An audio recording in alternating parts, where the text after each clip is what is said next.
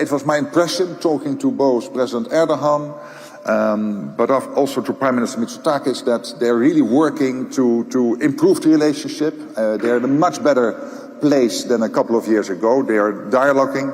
Whatever we can do to help, we will do, because these are two key allies and part of NATO. And obviously Greece has a very strong defense.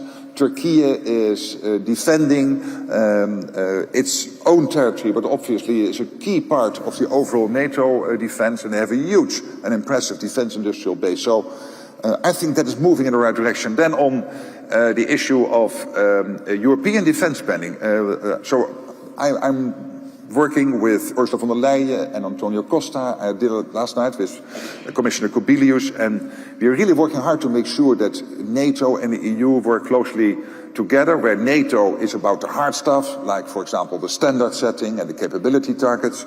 But the EU possesses a huge soft power element in terms of the internal market and helping to get the defense production going at a much higher pace. And obviously, I understand when European money is involved that you do not want that European money to move to other parts of the world. That's clear. But at the same moment, it is also important to realize that you should not have new barriers and that you need a strong transatlantic defense industry community. Thalys in France is working with partners in the US. I've visited Rheinmetall, not in Germany, as I said in my speech, but in Italy.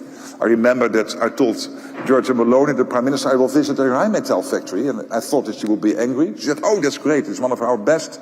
But no, don't forget Leonardo, also a great Italian industry, obviously, and I met with the boss of Leonardo after that. But it is crucial that when we have this transatlantic industry base, that it works. At this moment, since 2022, European NATO allies have spent $184 billion in the US.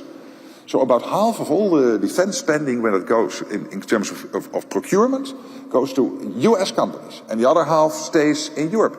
And this is increasing on both sides of the Atlantic, because we are spending more money on defense. So I would say there is so much money going around. Defense industry, please stop complaining about needing your 10-year contracts. I understand it, but it's always difficult, and you know there is a lot of money going around. So invest, put in the extra production lines and shifts, and to European and American allies, please work together. And obviously this is an internal EU debate. I should not get involved any more than I've done now by answering this question, but I would very much plead to have a situation where these markets can function as one. And again, I do understand when European taxpayers' money is involved that somehow you want that return on that euro to be as much as possible in the EU. We can do that without hurting the transatlantic defense cooperation.